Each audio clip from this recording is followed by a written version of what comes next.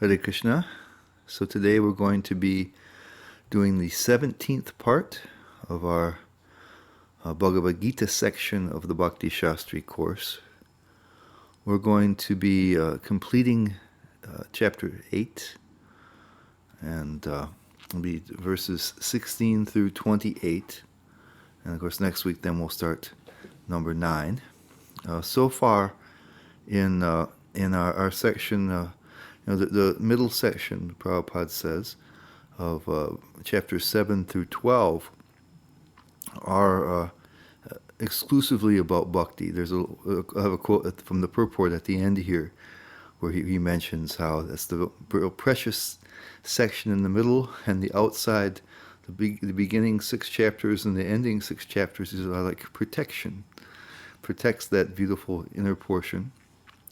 And so far, we've been talking a great deal about various types of mixed bhakti. So there's different kinds of bhakti that we've discovered. But there's one particular sort of bhakti that Krishna is going to recommend. He already recommended it in chapter 7. He recommended, just as we left off last time on text number 14 and 15 here in the 8th chapter. But he's talked about all these other different varieties of bhakti. Previously, we talked about various types of yogas. The Sankhya Yoga, the Karma Yoga without desires, the Jnana Yoga, and the meditational Dhyana Yoga. And we mentioned, and Krishna showed how some bhakti has to be incorporated in each of those processes in order for it to be successful. But it's just, Krishna says you should fix your mind on me. He said, you should dedicate your activities to me in different places. You have to perform sacrifice yajna, which is for Lord Vishnu or Krishna. These things had to be incorporated into those other processes. But there was a comparatively small amount of bhakti in a lot of the other type of process. And so when whatever is the predominant component, that's what that process will be called. So if it's primarily, karma yoga without desires, but you're also incorporating a little bit of bhakti, then it's just called karma yoga without the desires. And jnana yoga is similar, and dhyana yoga the same thing. When the bhakti becomes predominant, then you can properly call it bhakti. Not just when there's a small component.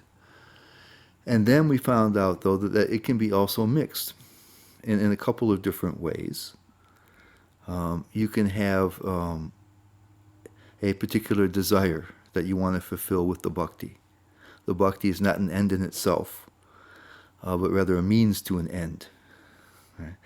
And when in the 7th chapter, where we talked about the 4 sorts of pious persons that surrender, there was those who were in distress and those who needed something. And those particular ones, everybody agrees. It's called a bhakti mixed with karma, or material desires. And most commentators also put the 3rd one, the inquisitive, in that group. And then some of them say the 4th one, the jnani, has a desire for liberation.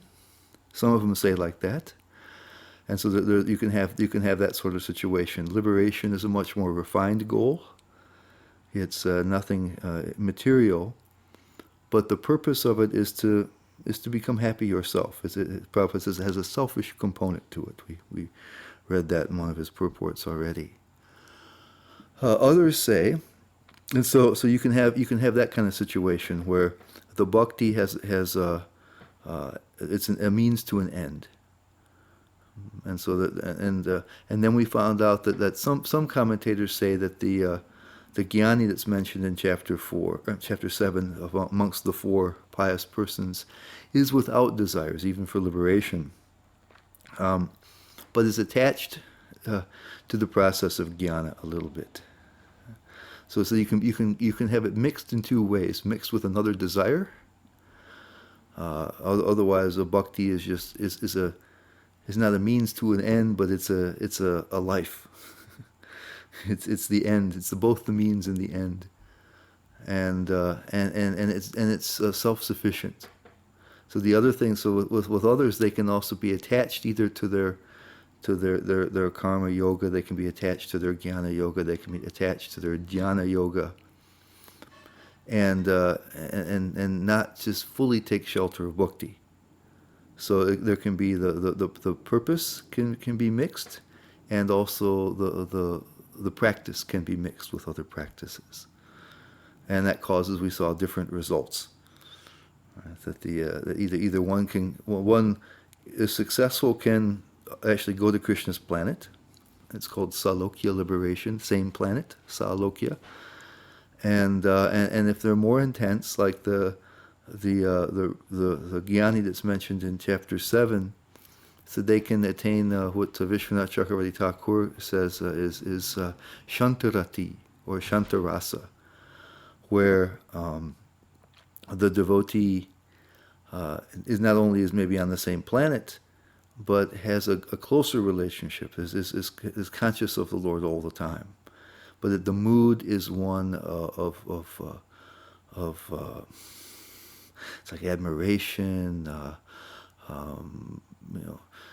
worship, passive adoration, I guess is what you'd say. It's passive adoration. There's an understanding of the greatness of the Lord, and so there isn't much notion of a relationship or service, but it's constant passive adoration. Whereas some of the other folks who are on the same planet with the Lord are more like citizens in the Lord's kingdom. They're not thinking of Him all the time, or at least they're not kind of like the Shanta Rati person, is really conscious of the Lord all the time, very directly. So they are conscious that it's the Lord's world, that they're happy to be in the Lord's kingdom. They're very grateful, very happy, and they're aware, and they're happy that that the Lord is the Lord, and that they're His subjects. But they may not be intensely aware of the Lord all the time. There's a more distant relationship there. And then, but it says that when we talked about last time, and so it said that the mixed bhaktas, they can get this paramam gatim, this supreme destination, but then those who have pure bhakti, they simply want to, it's called kevala bhakti or ananya bhakti. There's all different words for this thing, but it's bhakti that's unmixed with anything else. So it's an end in itself. You're serving the Lord so that you can serve the Lord forever. There's no other. That's the highest possible goal in the bhakta's mind. So what else would you want? And they fully take shelter of the Lord. They figure the Lord's mercy is sufficient. So they don't need to be great yogis. They don't need to be great meditators or renunciants or super intellectuals. But they simply try with their hearts to please the Lord. And they take their hope and faith in the Lord's kindness. Krishna already said that He's the well-wishing friend of everyone. And so the bhaktas take Krishna at His word, and that's where they put their faith and their hope. And if they simply figure they've served Him as best as they can, then everything will work out. So here in the remainder of chapter 8, we'll talk a little bit about both of those mixed and pure bhaktis again. And because at the end there'll be a plug for the pure sort of bhakti, because then, and it'll transition us to the next chapter 9, which is all about that pure bhakti, which is what Krishna is really advocating in Bhagavad Gita, because it's easier to perform, it produces a better result, and it's what Krishna appreciates the most. He likes to have relationships with his devotees. So it says it's samsiddhim paramam gatim, the supremely perfect, or the total, that sam, siddhim is perfect, and sam means thoroughly. So it's thoroughly perfect destination, which means there's a close relationship with Krishna. And not just even constant awareness, but there's a relationship of service that's produced by this pure bhakti. Okay, so let's take a look at, we'll start with verse 16. And Abrahma bhuvana loka punar avartino juna mamapecha tu kaunteya punarjanmana vidyate. From the highest planet in the material world down to the lowest, all are places of misery wherein repeated birth and death take place. But one who attains to my abode, O son of Kunti, never takes birth again. So in the last section, we were talking about this liberation, how we can leave the material world and attain the spiritual realm. And so Krishna is here. He's kind of doubling down on that and saying that and this follows along with what he's been telling us all along. He right away told Arjuna that there are things that are permanent, sat and asat. He says the great sages have understood this, that there are things which are permanent and things which are eternal, and the soul was eternal. And so he's been telling Arjuna right along that his destination should be something eternal. He should be Amrit or Brahma Nirvana. And he said, then later on he's been more explicit, come to my abode. Come to my place. And so here he's going to analyze in depth all the different destinations that are possible in the material world. Because in the Vedas there's an understanding that there's many other places besides the earth where there are human-like beings on them, and where we can go, we can be reincarnated there. And some of them in the Vedas will, because you live so long there, will say, oh, they're eternals. And there's the planets of the Devatas, there's the planets of the sages, there's even Lord Brahma's planet. And so they live much longer lifespans than we do here. And so people, and the Vedas recommend going there. And so people may be bewildered. So when they're saying, the supreme planet, or when they're saying, deathlessness, maybe these other things fit the bill. So here Krishna is saying, no place at all within the material world, from the highest planet to the lowest planet, is an eternal situation. It's a place of, what does he say? You return again. Puna avartina. And puna janma. Returning and... it says you never return when you go there, but you're constantly and there's no rebirth there. He says no one returns.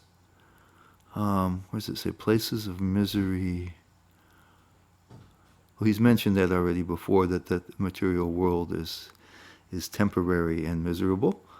I don't think he actually says that here in the Sanskrit, as far as I can see. But it says you're always returning, again returning. So if you any place you attain or take birth in the material world, again you have another birth. So it's not permanent, but it says when you mamapecha, when you arrive at his place, you don't return, and you never have a rebirth. No punajanma. So again, he's making it pretty clear that's where we want to be, and not here. And here Prabhupada says the practice of sacrifice called Panchagni Vidya, recommended in the Chandogya Upanishad, enables one to achieve Brahmaloka. But if, on Brahmaloka, one does not cultivate Krishna consciousness, then he must return to earth. Those who progress in Krishna consciousness on the higher planets are gradually elevated to higher and higher planets, and at the time of universal devastation are transferred to the eternal spiritual kingdom. So here he's mentioning that some people, if they reach up high enough, or even if they attain some of these other planets, they can continue to make progress in Krishna consciousness, and then they can eventually, it says at the end of the existence of the universe, they may get liberation. So in some cases, so also here, I mean, if we take birth here, we can make spiritual progress. So that's also possible from those places. But otherwise, you're still going to have to at least die one more time. And so let's discuss a little bit. And he also mentioned some people are going to be able to do that, and some are not. So there's different sorts of people that reach these higher planets, and they have different destinations depending upon how they live their lives there.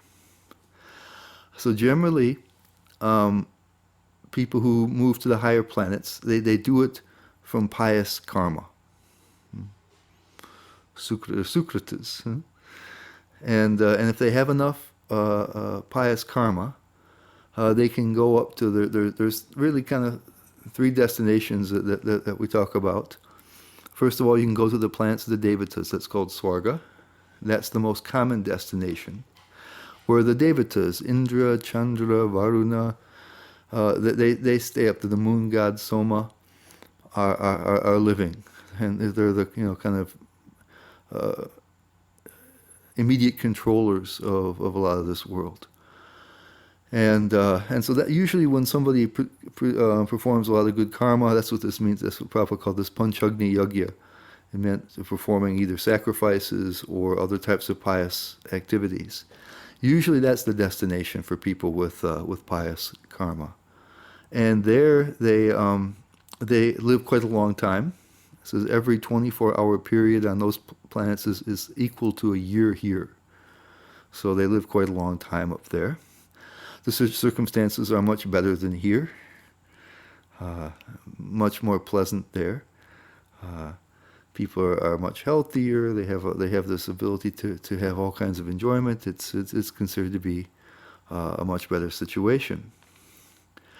Those who have an extreme level of pious credit, so someone who for 100 lifetimes performs their duty perfectly, can go up further beyond that to the highest planet, Brahmaloka. And in between those two are the planets of the sages.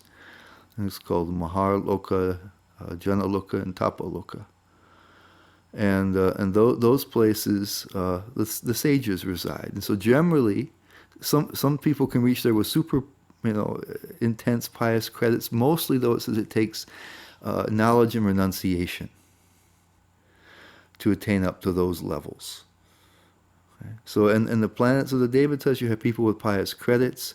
Above that, in the planets of the sages and Brahma's planet, you may have a mixture, those who have a lot of pious credits and those who have some spiritual, at least more spiritual understanding. So they have knowledge, jnana, and renunciation. They usually go there.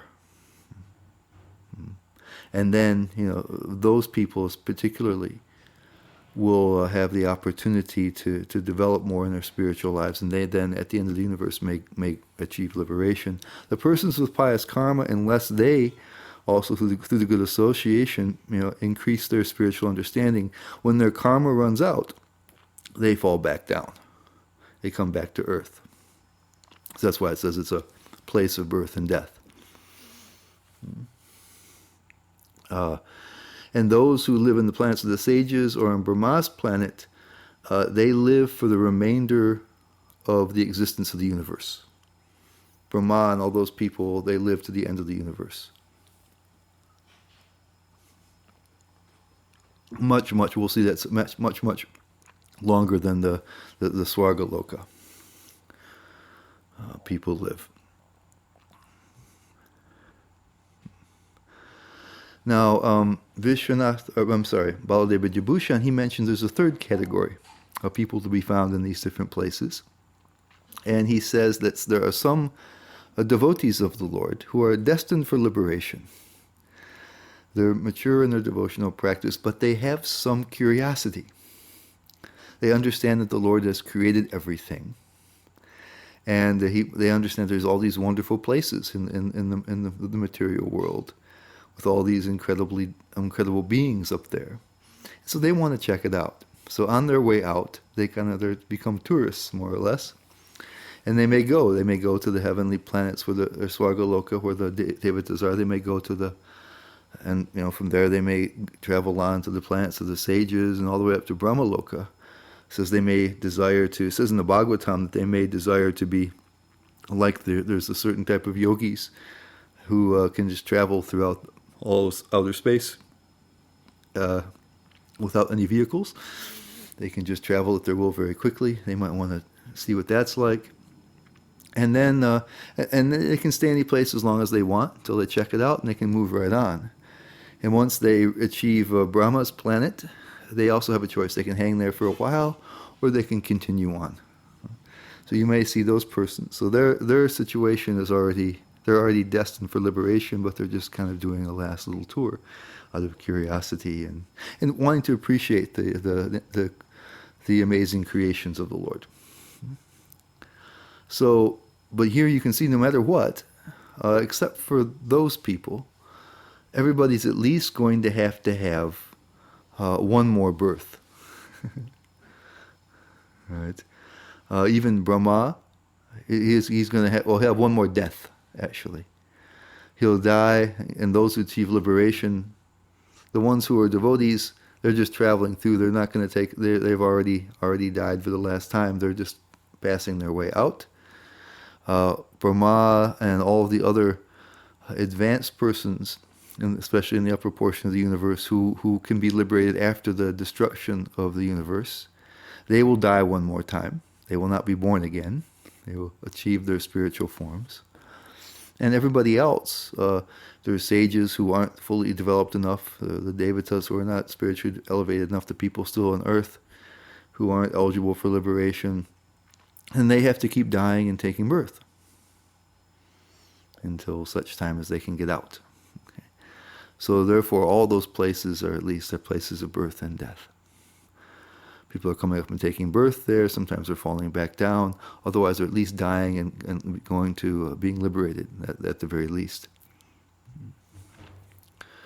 So Prabhupada says in the purport, he says, all kinds of yogis, karma, jnana, hatha, etc., eventually have to attain devotional perfection in bhakti yoga or Krishna consciousness before they can go to Krishna's transcendental abode and never return.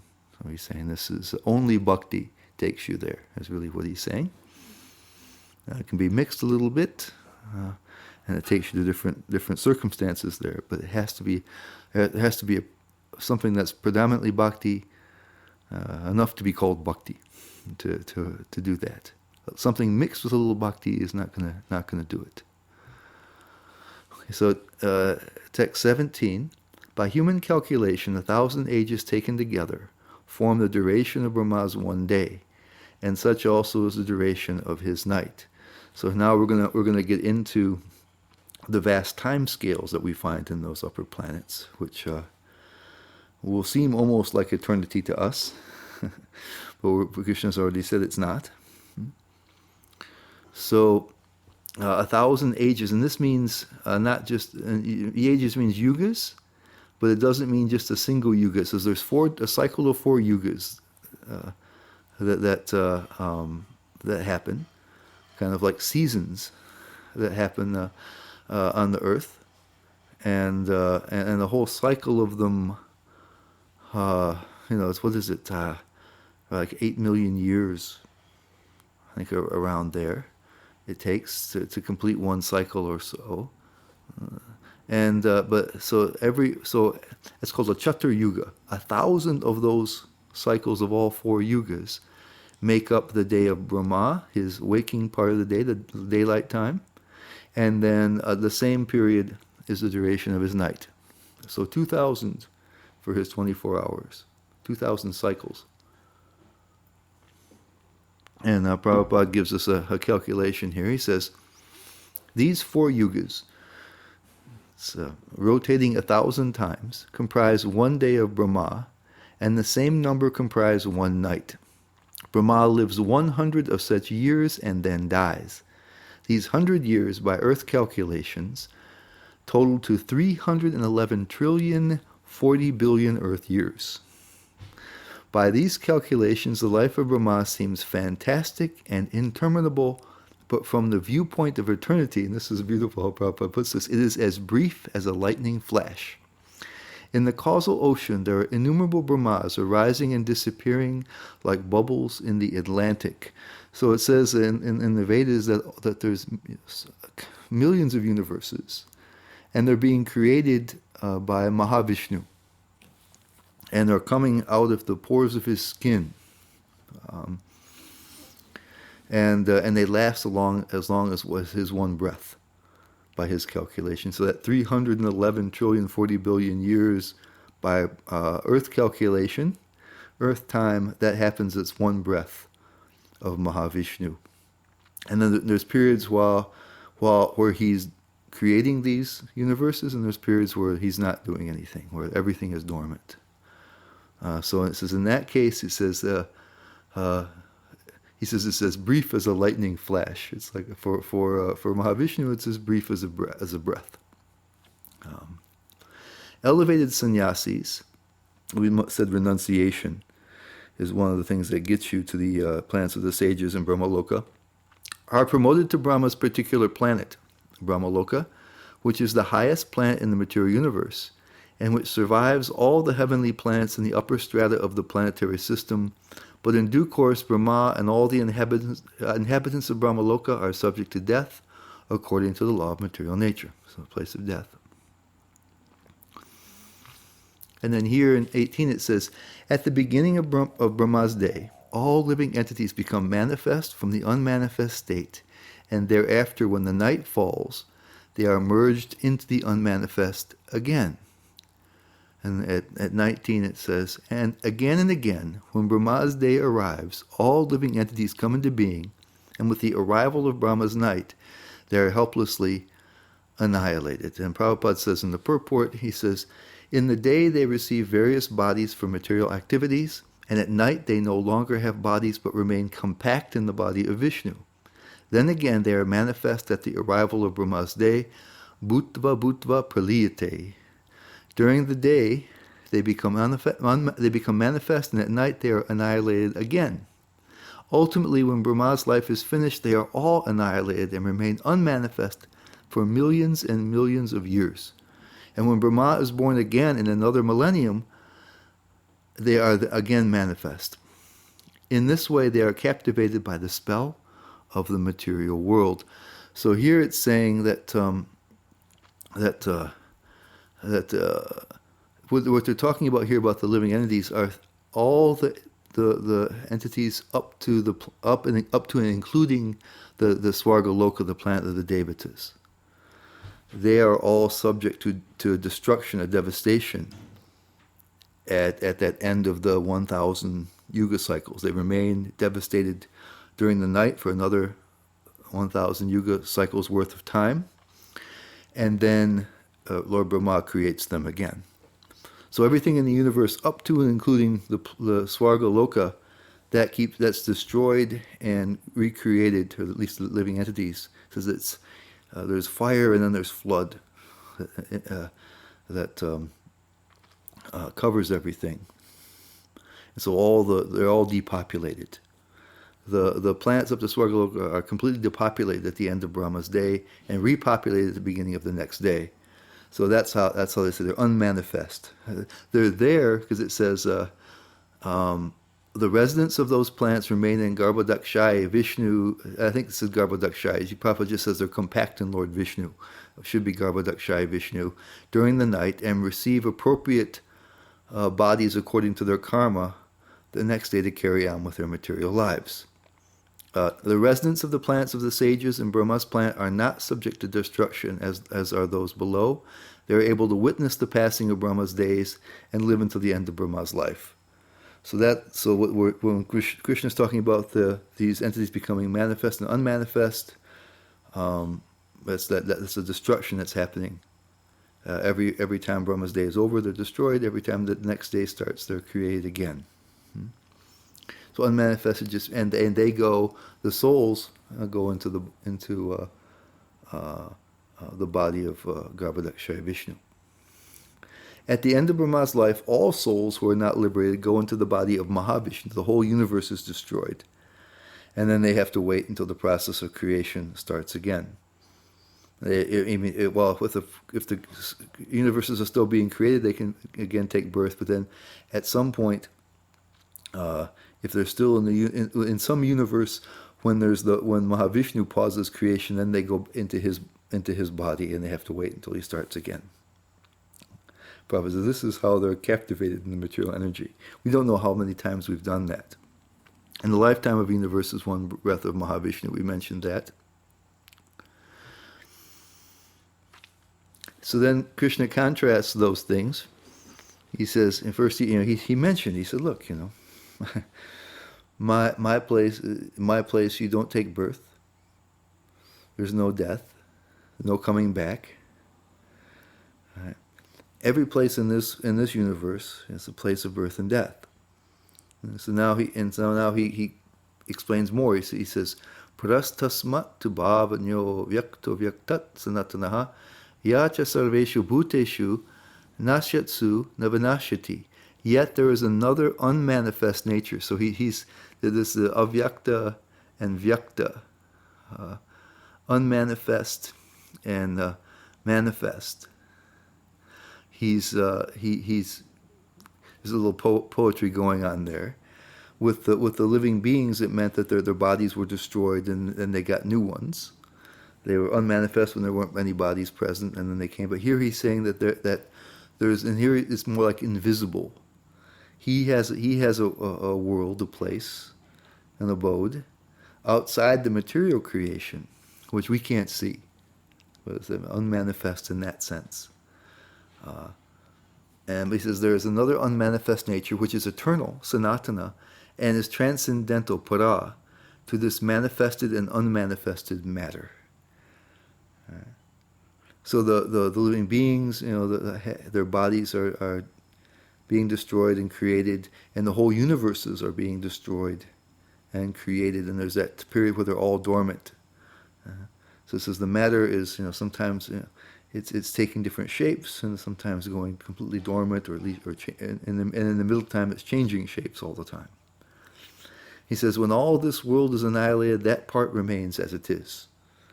So he's saying that all this process of creation and destruction is not happening in his place, and it's of a finer, transcendental, a para, transcendental, sanatana, eternal, unmanifest, means we can't see it with our present eyes. And here Prabhupada says in the purport, he says, Krishna's superior spiritual energy is transcendental and eternal. It is beyond all the changes of material nature, which is manifest and annihilated during the days and nights of Brahma. Krishna's superior energy is completely opposite in quality to material nature. Superior and inferior nature are explained in the 7th chapter. We already talked about that. He has his material energies, which he called bana, separated, and his superior potencies, of which the souls are made, which you already knew were eternal. Okay, so he says his world is made of that same type of energy. It's quite different than here. And then if you can see the PowerPoint, I showed we had this before, the map of reality, which shows the spiritual world, and then in a little section of it, there's this little dark area sectioned off, and inside is Mahavishnu with all the universes coming out of his skin, and then in the painting we have here, that one of the universes is kind of artificially blown up so we can see inside it, to see what those little bubbles are, and there you see Garbhodakshaya, Vishnu, and Lord Brahma inside. So in a little corner of the spiritual world is the whole material creation with all the different, many universes that are created for some time. And then are paused for some time, and then are created again. At the end of Brahma's day, the bodies of all those in the destruction zone up to Swargaloka are destroyed and are thus unmanifest. And at the end of the period during which Mahavishnu creates universes, the material energy becomes dormant and homogeneous. So it says that the material energy is also eternal, but it goes through all these transformations. Sometimes it says when Mahavishnu isn't creating universes anymore, and all the universes are destroyed, then the material energy, it says, it becomes almost, the only thing I can compare it to is like absolute zero in chemistry and physics. It has no energy anymore. So it becomes homogeneous and it is dormant, can't perform any actions, and Mahavishnu has to re-energize it by glancing over it in order for it to start again. Let's look at 821. And that which the Vedantas describe as unmanifest and infallible, akshara, shara also means changeable. So unmanifest, infallible, or it can mean unchangeable, changeless. That's how the soul was described also. That which is known as the supreme destination, paramam gatim, that place from which, having attained it, one never returns, that is my supreme abode. Okay? So it's the spiritual energy. We knew it early in the Bhagavad Gita just as what the soul is made from. So there's a whole world. So now we're souls in bodies, surrounded by matter, in a world made of matter. So sometimes Prabhupada says we're like fish out of water. We're in an alien environment. But in our natural state, our forms, which are, the soul has its own form, actually, when it's out of matter, and all the surroundings are all made of spirit. They're all that same sort of material. And so then we're in a place that's suitable to us. It's a suitable environment. In this purport, Prabhupada says, in the Bhagavad Gita, Lord Krishna only gives a small hint of his personal abode, Goloka Vrindavan, which is the supermost planet in the spiritual kingdom. A vivid description is given in the Brahma Samhita. Vedic literatures like the Katha Upanishad state that there is nothing superior to the abode of the Supreme Godhead, and that abode is the ultimate destination, Purushan aparam kinchit sakashta paramagati. When one attains to it, he never returns to the material world. Krishna's supreme abode and Krishna himself are non-different, being of the same quality. So in the Bhagavad Gita, he talks about his abode, he gives some general information about it, but in the some of the other, the Srimad Bhagavatam, Brahma Samhita, it's discussed in much more detail. So text 22, the Supreme Personality of Godhead, who is greater than all, is attainable by unalloyed devotion. Although he is present in his abode, he is all-pervading, and everything is situated within him. So this should be reminiscent of things we discussed in the Isha Upanishad, if you had gone through that part of the Bhakti Shastri course. He's greater than all, and though he is present in his abode, he is all-pervading, and everything is situated within him. He says he was within everything and without everything. He was inside and outside, near and far. He gave all these different interesting contradictions, seeming contradictions. They're not contradictory for the Lord because his situation is unique.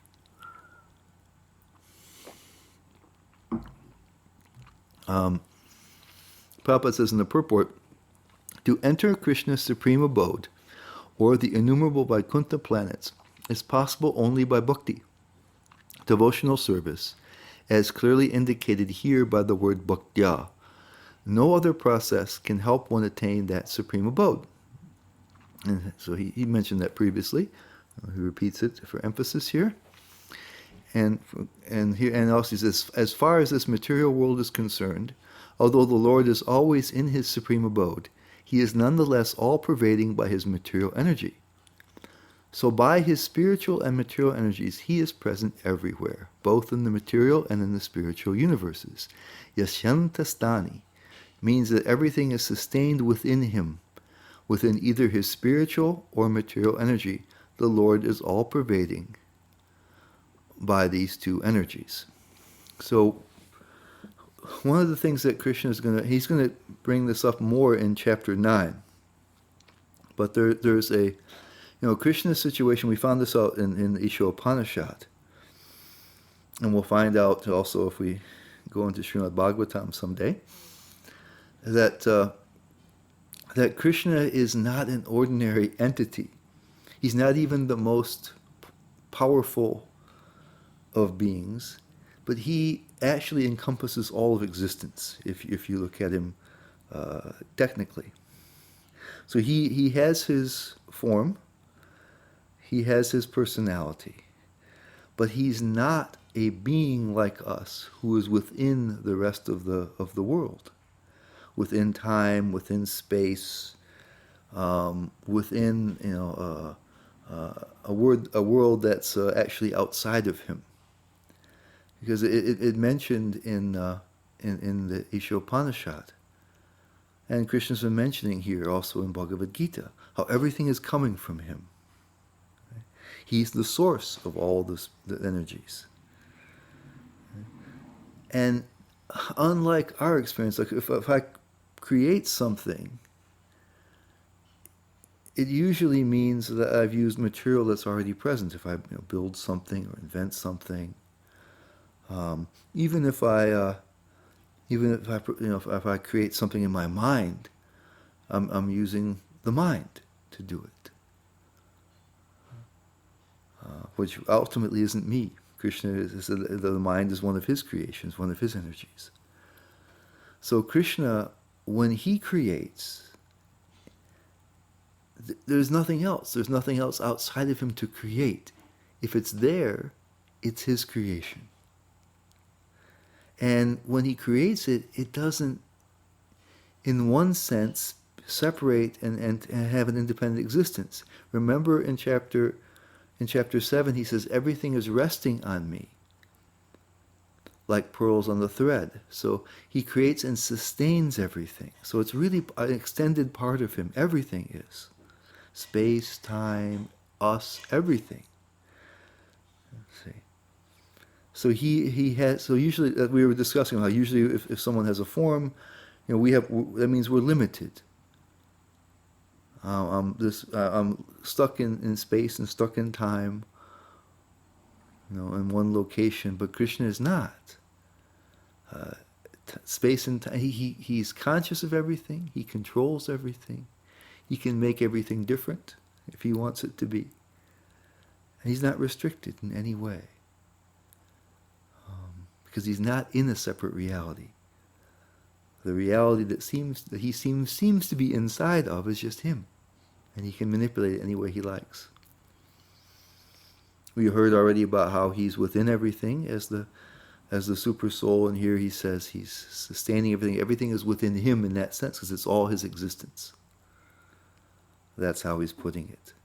So when we understand Krishna's position, it should give us a tremendous amount of faith that if I interact with this being who wants to interact, he says that he's the well-wishing friend of everybody, that everything is taken care of. He already said that if people who worship the devatas, he gives them the faith to do it, and he also gives the devatas the power to reciprocate with that worship. He already said everybody follows my path earlier on, because whatever's there, he's created. So why not interact directly with him? Where else are you going to go?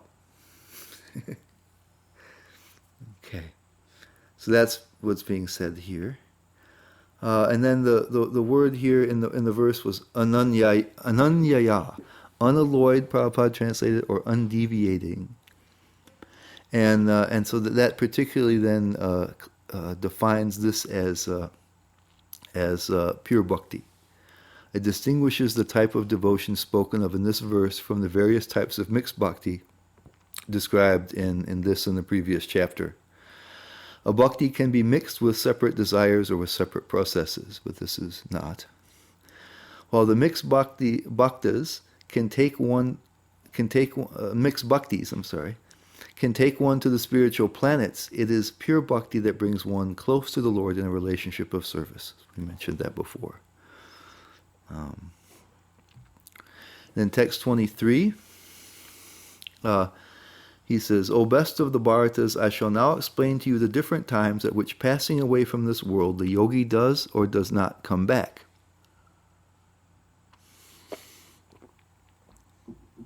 Srila Vishwanath Chakravarti Thakur says that at this point Arjuna was curious about what happens to persons who are not devotees.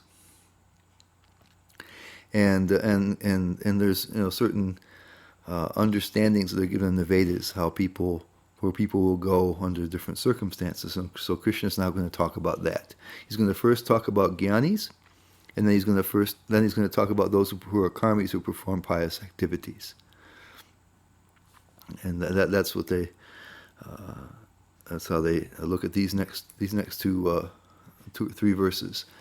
And Prabhupada says, the unalloyed devotees of the Supreme Lord, who are totally surrendered souls, do not care when they leave their bodies or by what method. They leave everything in Krishna's hands and so easily and happily return to Godhead. And that's also, Krishna is going to emphasize this. Okay? But those who are not unalloyed devotees and who depend instead upon such methods of spiritual realization, this is Prabhupada's purport, as karma yoga, jnana yoga, and hatha yoga, must leave the body at a suitable time in order to be sure of whether or not they will return to the world of birth and death. And he says, if the yogi is perfect, he can select the time and situation for leaving this material world, but if he is not so expert, his success depends on his accidentally passing away at a certain suitable time.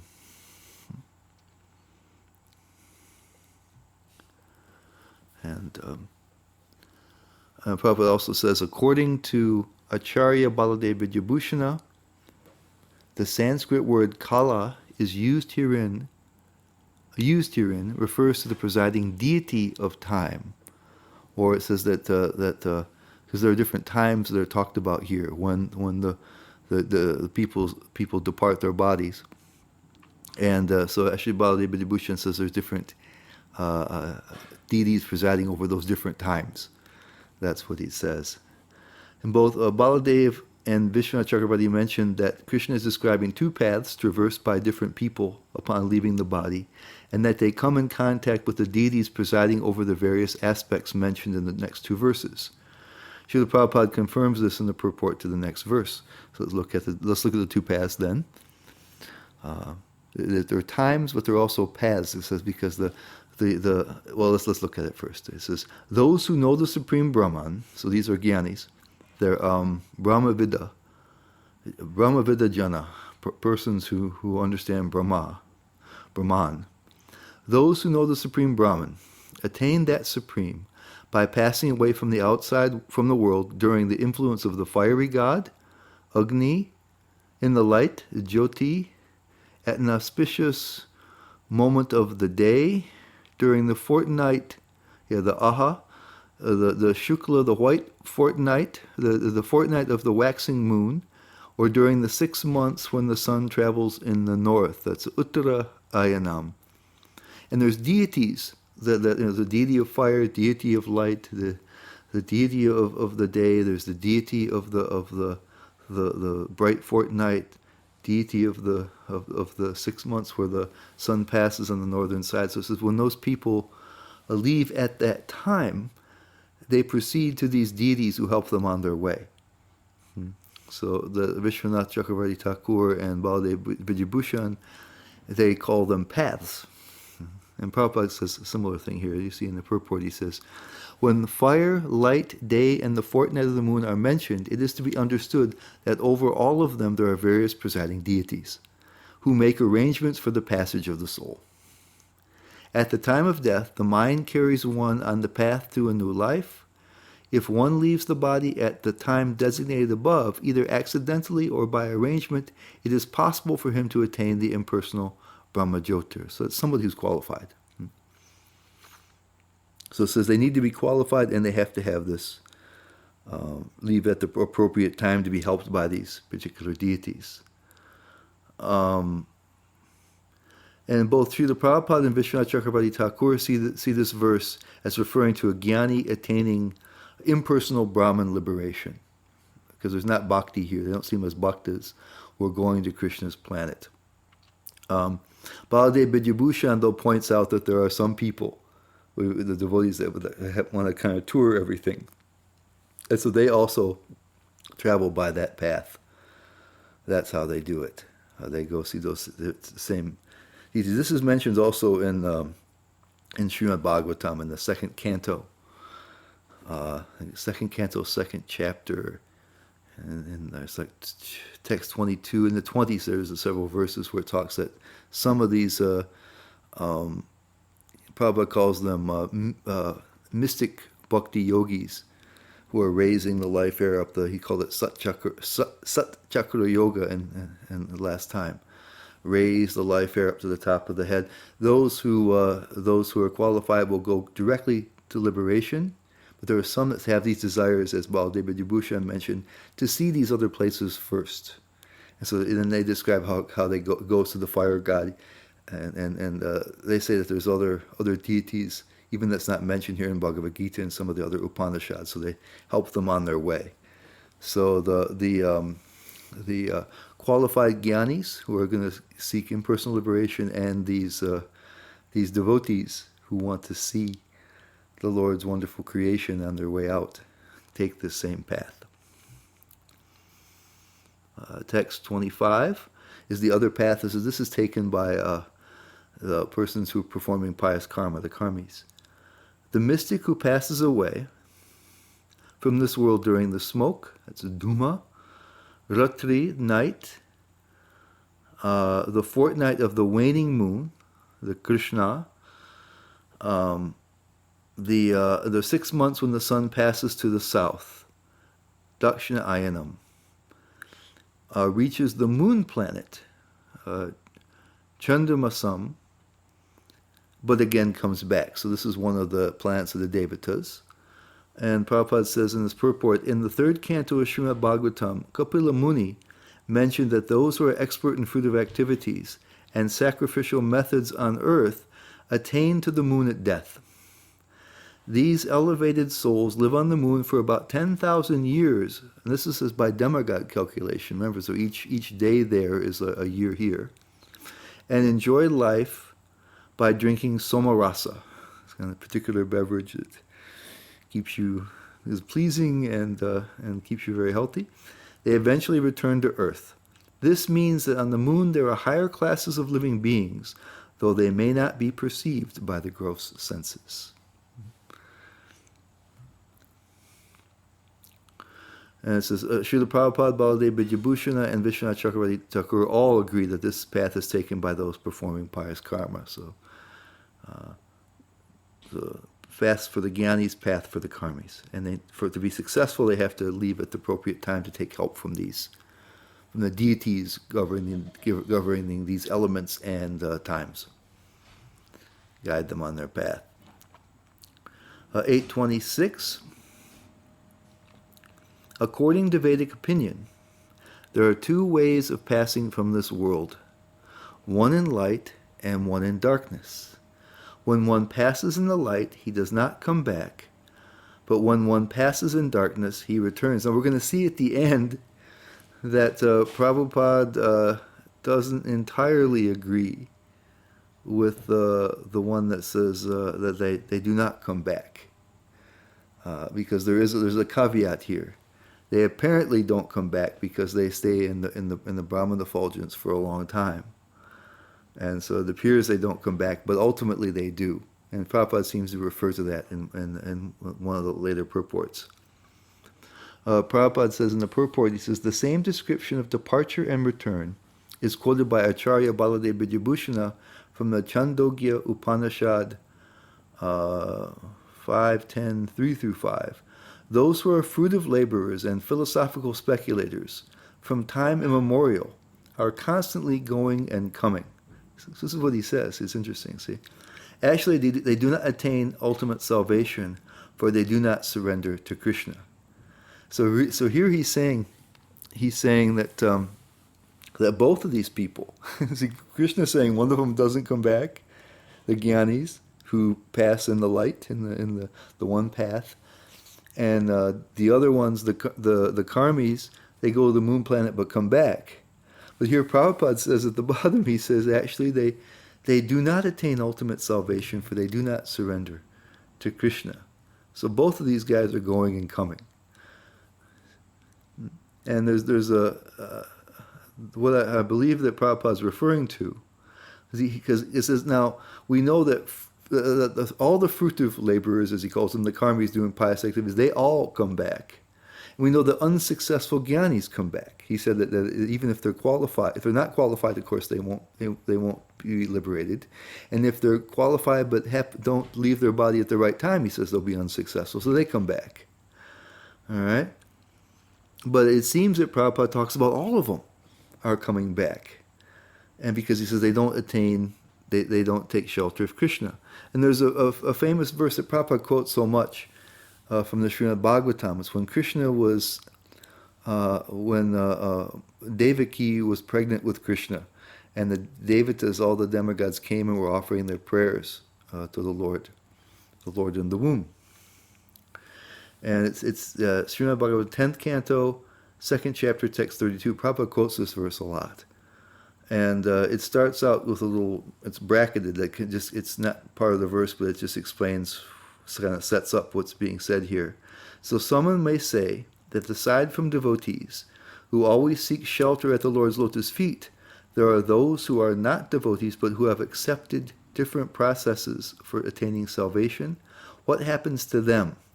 In answer to this question, Lord Brahma and the other demigods said, now this part's the actual translation of the verse. O lotus-eyed Lord, although non-devotees who accept severe austerities and penances to achieve the highest position may think themselves liberated, their intelligence is impure. They fall down from their position of imagined superiority because they have no regard for your lotus feet. So even those who attain impersonal liberation, they enter into the Brahman effulgence. Prabhupada in many places says eventually, they may stay there for quite some time, so it looks like they don't come back. But he says eventually, one place he says they get lonely, because the soul actually has more capability.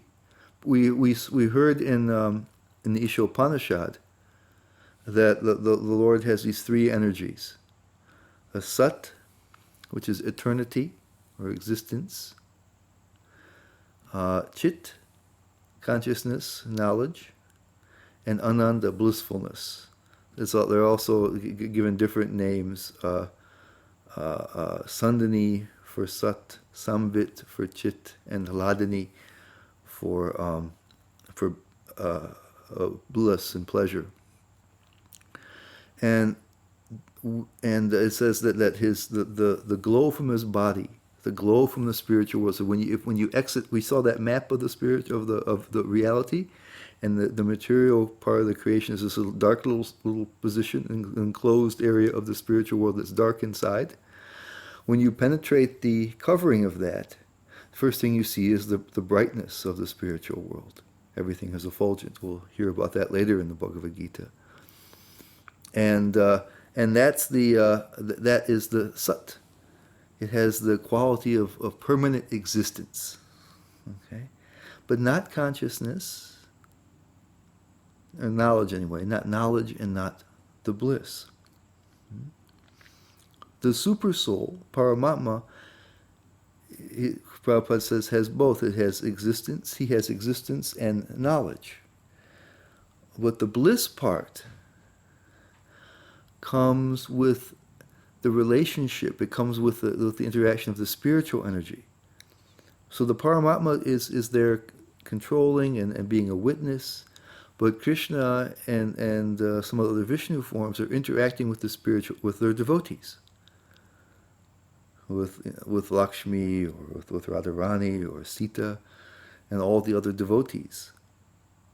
They're part of that's where Krishna's bliss comes from, his Ananda. All of their activities, their wonderful relationships, that is what produces the bliss. And so we are meant to be part of those blissful activities. So we're already part of that. We're that spiritual energy. We have sat. We're eternal. We also have knowledge. We have the capacity for knowledge, and we have capacity for this bliss. We're supposed to be in the relationship with Krishna and being blissful in that relationship, in our service. And so if we reach that level of sat, it feels very blissful compared to being in the alien environment of matter. But it's not fully fulfilling. So Prabhupada says they get lonely. And eventually they come, not knowing that they can go further up, not having bhakti, which gives you the relationship with the Lord, they come back down again after a long time.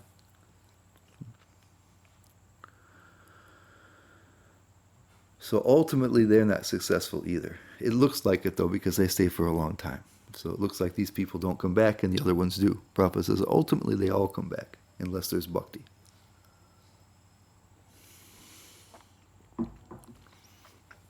Now Krishna, for these last two verses, is going to give a renewed pitch for the pure bhakti. And he says, although the devotees know these two paths, O Arjuna, they are never bewildered. Muyati. Therefore be always fixed in devotion. He says, yoga yukta. Just remain connected with me. And Prabhupada says in the purport, Krishna is here advising Arjuna that he should not be disturbed by the different paths the soul can take when leaving the material world. A devotee of the Supreme Lord should not worry whether he will depart by arrangement or by accident. The devotee should be firmly established in Krishna consciousness and chant Hare Krishna. Therefore, the devotee is not disturbed by these descriptions because he knows that his passage to the Supreme Abode is guaranteed by devotional service. So it's understood, especially people of that time, but even today people know about that, and especially in India. They may know about these two paths, when it's supposed to be auspicious to leave the body and not. And so at that time, people would know that. It would be much more common knowledge. And so it was important for him to cover this with Arjuna. They said, if you just take shelter of me, it doesn't matter. You don't need help from all these other devatas. You got help from Krishna. His guarantee says he knows that his passage to the Supreme Abode is guaranteed by devotional service. I think it's Baladev Vidyabhushan. It says Krishna comes. He comes and helps you. So you don't have to depend on this pathway of different devatas to help you attain your destination. Krishna is very anxious for you to come. This is what Baladev Vidyabhushan mentions. So the last verse in this chapter, he says, Vedeshu yagyeshu tapasu chaiva daneshu yat punyapalam pradishtam atyeti tat sarvam idam viditva yogi param stanam upaiti chadyam. A person who accepts the path of devotional service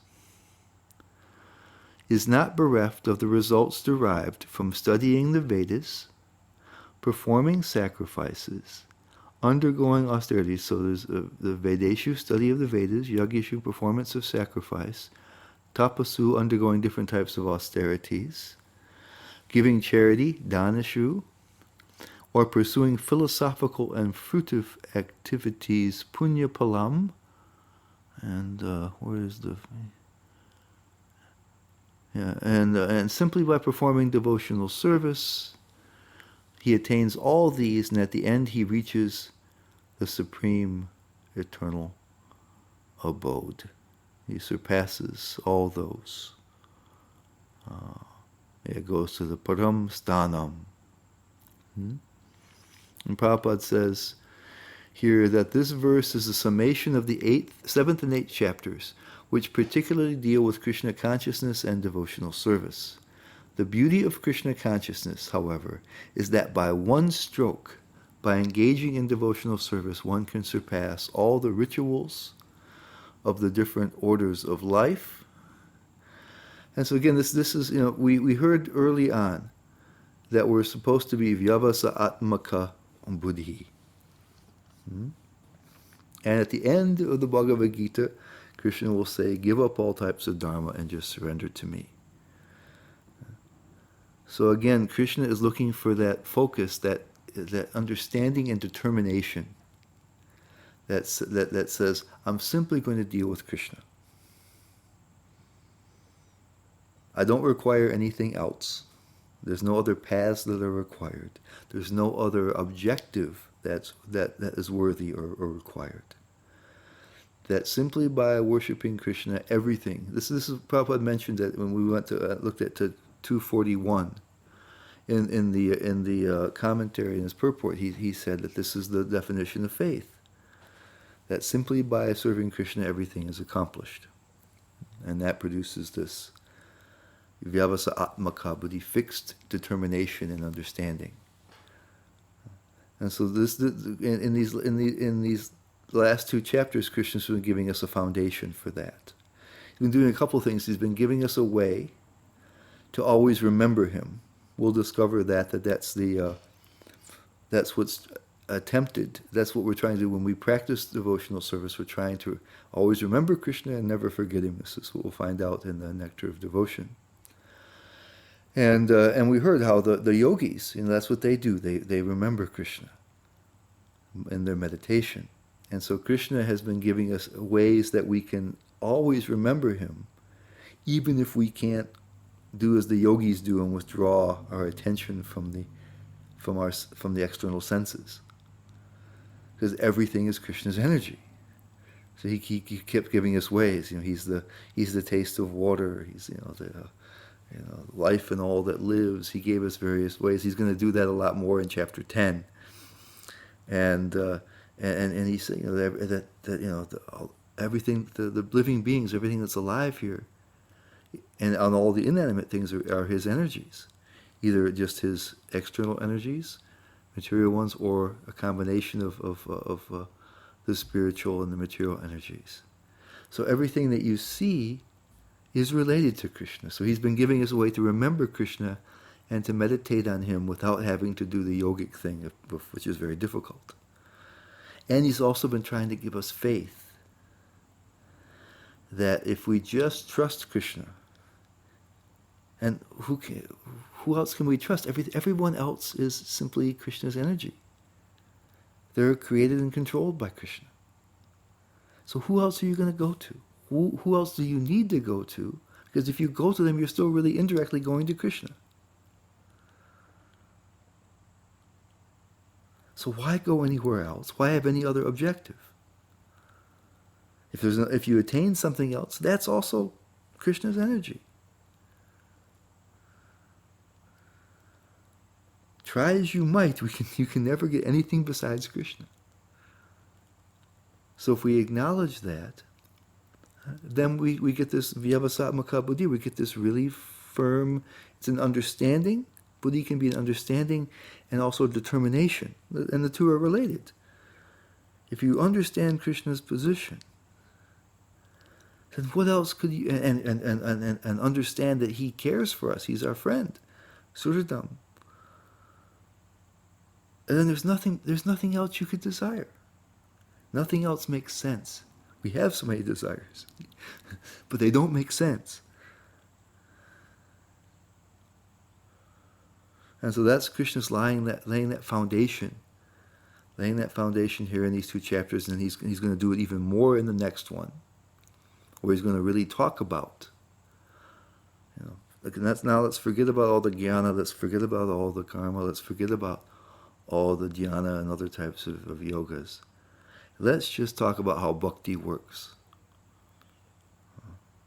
And that's what's going to happen so much in the next chapter.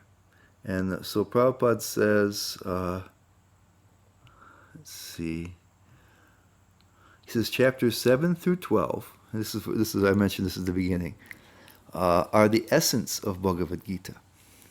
The first 6 and last 6 chapters are like coverings for the middle chapters, which are especially protected by the Lord. If one is fortunate enough to understand Bhagavad Gita, especially these middle 6 chapters, in the association of devotees, then his life at once becomes glorified beyond all penances, sacrifices, charities, speculations, etc., for one can achieve all the results of these activities simply by Krishna consciousness. You remember that Krishna mentioned that already, right? That he is the beneficiary of all the sacrifices. He creates all the power of sacrifice. And Prabhupada mentions in the purport, this, as well, he says, in the association of devotees. He already mentioned so much in chapter 7 that persons who have mixed bhakti, they can have a deeper understanding, get this fixed intelligence and determination to worship Krishna exclusively, to take up this ananya bhakti, or kevala, or pure. It's the different words used for it. Uttama in the Nectar of Devotion, through the association of the other devotees. It's, you know, they can, through the association of devotees, you can understand about Krishna. We discovered in Ishopanishad, you know, how different Krishna is from any other type of being, and that makes all the difference. And Krishna is revealing that here as well. And so through the devotion is the pure devotion. It's only received from those who have it, because there's no way. It's such a bizarre thing that Krishna, the source of everything, who can have everything, who has everything, can do anything, he cares about each and every one of us. It's surprising. People who are powerful, people who are special, people who are, you know, famous and rich and have high positions, they don't care for us. You'll be excluded from their company. You can feel honored if they, you know, famous people sign autographs and things. They sometimes will, you know, political candidates will come around and shake hands now during the election year, but you won't be able to talk to them very easily once they're elected. It's very strictly controlled. You know, people who are important, they don't care for those who aren't. But Krishna has a different outlook. He has a whole different way of existing. The spiritual world exists in a totally different way than the material world does, where we're covered by kama. We talked about that in chapter 3. We have this desire. We feel incomplete, and we have this desire, which means that we're selfish. In the spiritual world, there's no such thing. So everything is backwards. Everything in this world is somehow backwards, upside down or something. It's like inside out almost. Here we're needy and we have desires. There's only love and wanting to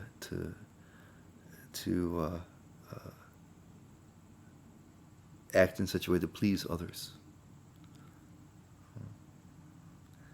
Nobody can imagine that.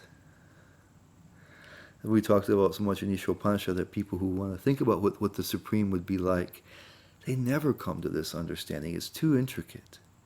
It's too far out. To me, it's almost something that almost gives me more faith in the process of Krishna consciousness. I'm thinking even if you had all the best writers and philosophers, and we've had, you know, people have been, you know, creating literature and different philosophies for thousands of years that we have a record of, and of course longer than that really, but we have records of it for thousands, and nobody, I don't believe anybody has or anybody could come up with that. That gives me in some way, like, it's impossible to be manufactured. I don't care how many people you put together, nobody's going to come up with this thing, with the definition of Krishna and the relationships that we hear about in bhakti. So to me, it has to be revelation. It has to be true. It can't be invented by humans. So in the next class, we'll start this chapter 9, where Krishna will also give a firmer basis for our faith in him, and a description more of how we can go about building that relationship with him,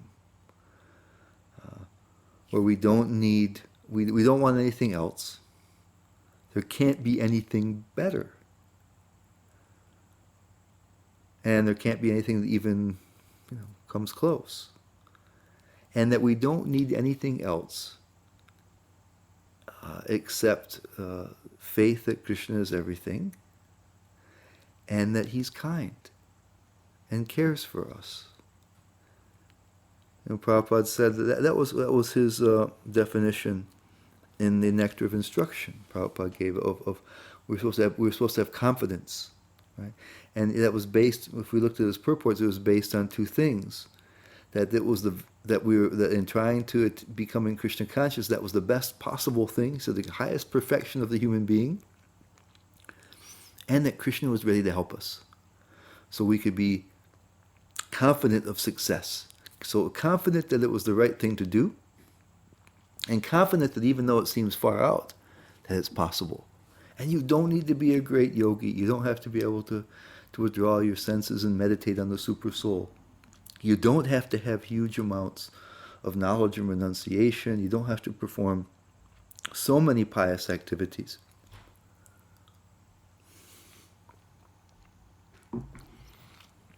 You just need to make a sincere effort. Decide that's the thing that's most valuable. Decide that's what you want to have, this understanding, determination, and commitment, and do the best you can. And Krishna is someone who appreciates more than you can believe. And he will help us. We don't have to worry about the time that we leave our bodies or where. He says, by plan or by accident, that Krishna will help us. So that's where we're coming into. We finally got through the first 6 chapters, which were coverings, as Prabhupada mentions here, into the middle, and now we've reached the middle 6 chapters, and so far we've talked a lot about given examples of these different mixed types of bhakti, and Krishna keeps bringing up this Ananya bhakti, kind of in contrast to them, and it's quite clear that it produces a better result and it's much easier to perform. And now he's going to get into that in greater detail. Vishnacharya Thakur says it kind of spills over into chapter 10, where we'll have something called the 4 nutshell verses that tell us so much about bhakti. And then Krishna will give us more ability to be able to meditate on him all the time in the rest of that chapter, and also in the chapter following that, in chapter 11. So we've concluded chapter 8, and I think we're primed and ready for the pure bhakti that Krishna is going to give us in chapter 9. So we're going to try to cover chapter 9 in 2 sessions to try to keep on. We have kind of a tight schedule that we're trying to. We want to keep everybody here for years and years, so we're going to try to. That's why we're moving rather swiftly through the Bhagavad Gita. And the idea of the Bhakti Shastri class really is, to give you a way to see how it all connects to one another, give you a clear understanding of the major concepts. The Bhagavad Gita can be read again and again and again, and there's many different commentaries, and you can find the meaning of individual words can make a big difference. There's so much in there. We're only, in many ways, scratching the surface. But what I'm trying to give you, is to show you how it's connected together, give you the main points and messages so you have a good working understanding of it. So thank you very much. Hare Krishna.